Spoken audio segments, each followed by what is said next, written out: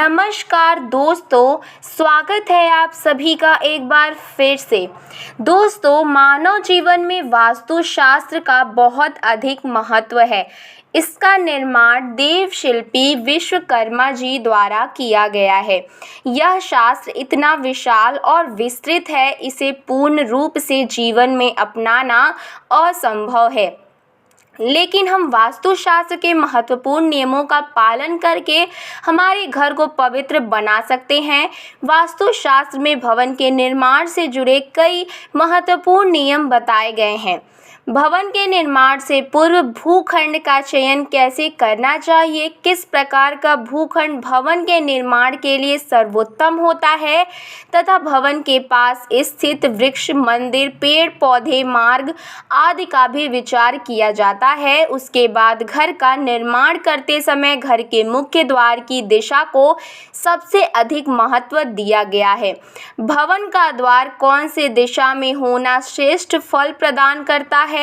अलग अलग दिशाओं का महत्व भी अलग अलग होता है। इसीलिए भवन का मुख्य द्वार बनवाते समय मुख्य द्वार की दिशा को ध्यान में रखना बहुत आवश्यक होता है। यदि गलत दिशा में मुख्य द्वार का निर्माण किया जाए तो इसके अशुभ परिणाम प्राप्त होते हैं। घर के अंदर वास्तु दोष उत्पन्न होते हैं और उस घर में निवास करने वाले लोगों को जीवन में कई परेशानियों का सामना भी करना पड़ता है। भवन के मुख्य द्वार के आकार का भी ध्यान रखना आवश्यक होता है। वास्तुशास्त्र के अनुसार भवन के मुख्य द्वार को लकड़ी से बनाना ही श्रेष्ठ बताया गया है। लकड़ी से बना मुख्य द्वार ही श्रेष्ठ फल प्रदान करता है। अन्य चीज़ों से लकड़ी का द्वार नहीं बनवाना चाहिए। हमारे शास्त्रों में ऐसे वृक्षों के बारे में बताया गया है, केवल उन वृक्षों की लकड़ी से ही मुख्य द्वार बनवाना चाहिए। अन्य लकड़ी से बने प्रवेश द्वार शुभ परिणाम नहीं देते हैं। यदि इन शुभ वृक्षों की लकड़ी से प्रवेश द्वार बनवाया जाता है तो उस भवन में निवास करने वाले लोगों को हमेशा उन्नति मिलती है।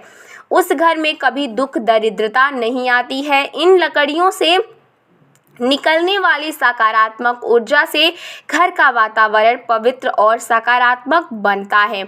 ऐसे घर में माँ लक्ष्मी का निवास होता है और देवी देवता भी प्रसन्न होकर ऐसे घर में प्रवेश करते हैं। इसीलिए घर का मुख्य द्वार बनवाते समय इस बात का विशेष ध्यान रखना चाहिए कि आप इन वृक्षों की लकड़ी का ही इस्तेमाल करिए। तो चलिए जान लेते हैं घर का मुख्य द्वार कैसा होना चाहिए जिससे घर में सुख शांति बनी रहे और धन संपत्ति का आगमन हो। दोस्तों, इससे पहले अगर आप हमारे चैनल पर पहली बार आए हैं तो चैनल को सब्सक्राइब करिए और बेल आइकन ज़रूर ऑन करिए। और अभी तक आपको वीडियो पसंद आ रहा हो तो वीडियो को लाइक करें। सबसे पहली बात दोस्तों, वास्तुशास्त्र में कहा गया है कि भवन का मुख्य द्वार अर्थात आपके घर का प्रवेश द्वार आपके घर के अन्य दरवाज़ों से आकार में बड़ा होना चाहिए। मुख्य द्वार कभी भी अन्य दरवाज़ों से छोटा नहीं होना चाहिए ताकि घर के अंदर की ओर बाहर से आने वाली ऊर्जा का संतुलन बना रहे। अगर मुख्य द्वार आकार में छोटा होता है तो उस घर में हमेशा कलेश और लड़ाई झगड़े होते रहते हैं। घर का मुख्य द्वार का आकार घर के अन्य द्वारों जितना भी नहीं होना चाहिए। मुख्य द्वार हमेशा ही बड़ा होना चाहिए, तभी इसका शुभ फल प्राप्त होता है। वास्तुशास्त्र में मुख्य द्वार से जुड़ी और एक महत्वपूर्ण बात बताई गई है कि मुख्य द्वार हमेशा 2 पल्लों का होना चाहिए। इस मुख्य द्वार को खोलते अथवा बंद करते वक्त दोनों हाथों का प्रयोग होना चाहिए। जो 2 पल्लों का मुख्य द्वार ही भवन के लिए शुभ माना गया है। 2 पल्लों के मुख्य द्वार के कारण घर मंदिर की तरह प्रतीत होता है। माँ लक्ष्मी ऐसे ही घर में प्रवेश करती हैं जिस घर का मुख्य द्वार 2 पल्लों का होता है। अगर आपका मुख्य द्वार एक ही है तो आप उसे बदलवा दो। 2 पल्लों का द्वार अवश्य बना लें। इससे आपके जीवन में कई सकारात्मक बदलाव देखने को मिलेंगे। दूसरी महत्वपूर्ण बात, ध्यान में रखनी चाहिए कि वास्तुशास्त्र के अनुसार मुख्य द्वार के पास दहलीज अवश्य होनी चाहिए। इसके बगैर मुख्य द्वार अपूर्ण माना जाता है। भवन के प्रवेश द्वार के पास दहलीज का होना अनिवार्य है। शास्त्रों में कहा गया है कि दहलीज भवन की रक्षा करती है। दहलीज के होने से घर में नकारात्मक शक्तियां प्रवेश नहीं कर पाती हैं। दहलीज की ऊंचाई 2 से 5 इंच तक होनी चाहिए। दहलीज की नियमित रूप से पूजा करनी चाहिए। दहलीज के पास नित्य घी का दीपक लगाने से मां लक्ष्मी प्रसन्न होती है और घर में प्रवेश करती हैं। दहलीज पर शुभ चिन्ह अवश्य बनाने चाहिए, खासकर स्वास्तिक का चिन्ह दोनों छोर पर बनवाना चाहिए। इससे घर में बुरी शक्तियां प्रवेश नहीं करती हैं। श्री कृष्ण कहते हैं कि दहलीज ना होने पर घर में प्रेत प्रवेश करते हैं और भवन में रहने वाले लोगों को कष्ट भोगने पड़ते हैं। इसीलिए घर में दहलीज अवश्य होनी चाहिए। वास्तुशास्त्र के अनुसार घर का मुख्य द्वार पूर्ण रूप से बंद होना चाहिए। मुख्य द्वार में किसी भी प्रकार की दरार और छेद नहीं होना चाहिए। भवन का मुख्य द्वार बंद होने पर घर के अंदर का दृश्य नहीं दिखाई देना चाहिए। मुख्य द्वार पर छेद अथवा दरार होने से घर में नकारात्मक शक्तियां प्रवेश कर सकती हैं। वास्तुशास्त्र में कहा गया है कि मुख्य द्वार टूटा हुआ अथवा दरारों वाला होता है तो उस घर में दुख और दरिद्रता और दुर्भाग्य का वास होता है। वास्तुशास्त्र के अनुसार मुख्य द्वार के ऊपर हमेशा तोरण लगाना चाहिए। मुख्य द्वार पर तोरण लगाने से अशुभ शक्तियां दूर रहती हैं। घर में कभी दुर्घटना नहीं होती है और बुरी नजर से रक्षा होती है। इसके अलावा आप मुख्य द्वार पर शुभ चिन्ह और धार्मिक प्रतीक अवश्य लगाएं, जैसे शुभ लाभ, स्वास्तिक अथवा ओम का चिन्ह अवश्य लगाना चाहिए। इससे घर में सकारात्मकता बढ़ती है। वास्तुशास्त्र के अनुसार भवन के मुख्य द्वार के ठीक सामने कोई खंभा, दीवार, कोई बड़ा पेड़, पानी की टंकी आदि चीजें नहीं होनी चाहिए। ये चीजें सकारात्मक ऊर्जा के मार्ग में बाधा निर्माण करती है। इन वस्तुओं के कारण वास्तु वेद निर्माण होता है और जीवन में धन से जुड़ी समस्या का सामना करना पड़ता है। ये चीजें मुख्य द्वार के सामने होने से जीवन में आने वाले अवसर भी कम होने लगते हैं। श्री कृष्ण कहते हैं कि घर के मुख्य द्वार के पास स्वच्छता होनी चाहिए। नित्य घर के मुख्य द्वार के सामने जल का छिड़काव करना चाहिए और सुंदर रंगोली बनानी चाहिए। घर का मुख्य द्वार स्वच्छ होने से मां लक्ष्मी प्रसन्नता से घर में प्रवेश करती हैं। मुख्य द्वार के सामने कभी गंदगी नहीं होनी चाहिए। इससे नकारात्मक वातावरण का निर्माण होता है। इसीलिए नित्य सुबह उठने के बाद मुख्य द्वार के सामने शुद्ध जल का छिड़काव करें और सुंदर रंगोली बनाएं।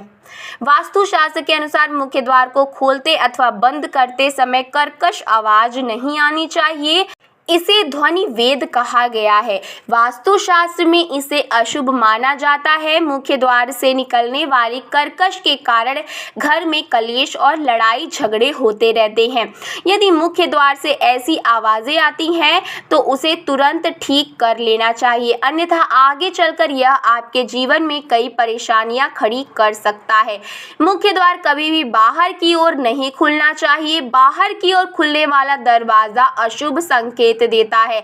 घर में निवास करने वाली लक्ष्मी घर से चली जाती है। ऐसे घर में बार बार विपत्ति आती है और संकटों का सामना करना पड़ता है। धन का खर्च अकारण ही होता है और आर्थिक तंगी का सामना करना पड़ता है। ऐसे घर में रहने वाले हमेशा कर्ज से परेशान रहते हैं। आइए अब जानते हैं घर का मुख्य द्वार कौन से वृक्ष की लकड़ी से बनवाना चाहिए। वास्तुशास्त्र के अनुसार चंदन, अशोक, नीम, अर्जुन, शीशम आदि वृक्षों की लकड़ी से बना प्रवेश द्वार धन संपत्ति में वृद्धि करता है। रोहिणी, शतश्री, पड़, पतंग, केसर आदि वृक्षों की लकड़ी से बना प्रवेश द्वार सुख शांति प्रदान करता है। वास्तुशास्त्र के अनुसार घर का मुख्य द्वार कभी भी बहेड़ा, पीपल, बरगद, कंटक आदि वृक्षों की लकड़ी से नहीं बनवाना चाहिए। इन लकड़ियों से बना मुख्य द्वार अशुभ फल प्रदान करता है। साथ ही जले हुए वृक्ष की अथवा जली हुई लकड़ी से प्रवेश द्वार नहीं बनवाना चाहिए, इससे घर का सर्वनाश हो जाता है। यदि आपका प्रवेश द्वार पूर्व दिशा में होता है तो चंदन की लकड़ी से बना प्रवेश द्वार सबसे अधिक शुभ फल प्रदान करता है। ऐसे घर में कभी दरिद्रता नहीं आती है, धन का आगमन होता रहता है। यदि संभव हो तो भवन का प्रत्येक द्वार एक ही लकड़ी से बनवाना चाहिए, इससे अधिक शुभ परिणाम प्राप्त होंगे।